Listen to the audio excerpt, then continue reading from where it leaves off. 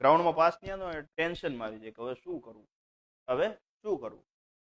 તો હાર છે ને એ આપણી હાર છે, જે આપણે ફેલ થયા છે એ હાર છે ને નિષ્ફળતા નથી. એ હાર છે કે નાનકડો એવો વિરામ છે.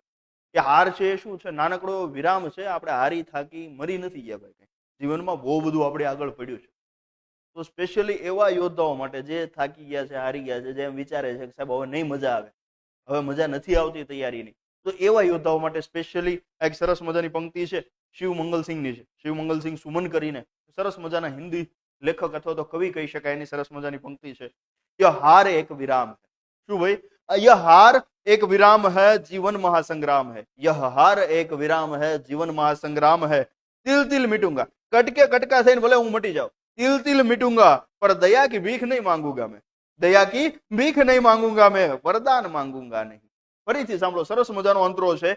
यह हार एक विराम है, जीवन महासंग्राम है. तिल तिल मिटूंगा पर दया की भीख नहीं मांगूंगा, वरदान नहीं मांगूंगा.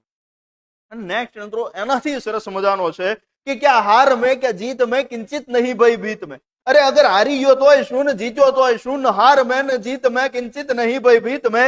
संघर्ष पथ पर जो भी मिला यह भी सही वह भी सही. संघर्ष पथ पर जो भी मिला यह भी सही वह भी सही. वरदान नहीं मांगूंगा मैं, હું વરદાન નહીં માંગુમાં. અને ચાહે હૃદય કો તાપ દો, ચાહે હૃદય કો તાપ દો, ચાહે મુझे अभिशाप दो, चाहे हृदय को ताप दो, चाहे मुझे अभिशाप दो. कुछ भी कर्तव्य पथ पर, कुछ भी हो मगर कर्तव्य पथ पर अड़ग रहूंगा, वरदान मांगूंगा नहीं.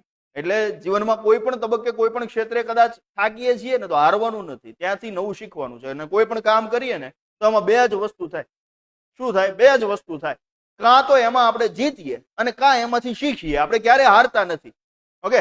અને હારીએ છીએ અથવા તો આપણને એમ લાગે છે કે હારવા લાગ્યા છીએ, ત્યારે અહીંયા આમ રાખવાની, આને એકદમ કંટ્રોલમાં રાખવાનું. ટેન્શનને આના લેવલથી ઉપર નથી જવા દેવાનું.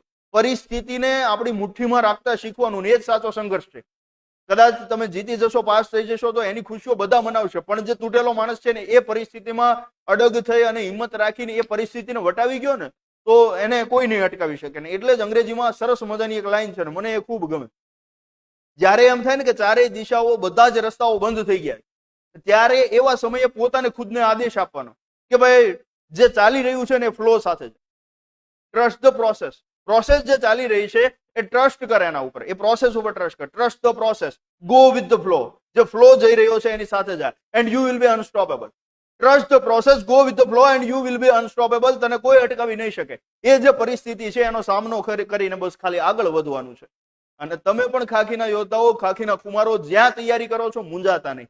જ્યાં જરૂર પડે તે જીસીએ તમારી સાથે છે. એક કોલ, આપણા બંનેની વચ્ચેનું ડિસ્ટન્સ કેટલું છે? ખાલી એક કોલ જેટલું. જયારે કોઈ આડો ઓળો નબળો વિચાર આવે ત્યારે ખાલી વિચારવાનું કે હું કોણ છું, મેં આ ચાલુ શું કામ કર્યું? ભાઈ મરવા માટે મેં ચાલુ કર્યું હતું. હું એટલો નબળો નથી, હું મરી શકું એટલો નબળો સંતાન મારા મા બાપનું નથી. મારા મા બાપે મને ઘડ્યો છે ને તો હું કોઈ એક નાની એવી નિષ્ફળતાથી ડગી જાઉં કે ડરી જાઉં કે મરી જાય ને એમાંનો હું નથી. એમાંનો હું એક યોદ્ધા છું કે એ પરિસ્થિતિમાંથી બહાર નીકળીને જીતવાનો દમખમ મારામાં છે. અને મારા મા બાપે મારામાં એટલું નાખ્યું છે, કોઈનાથી હારી કે થાકી જઈએ આ નહીં. ઓકે? એ માઇન્ડસેટ સાથે જીવવાનું છે. સરસ મજાની તૈયારી કરવાની છે.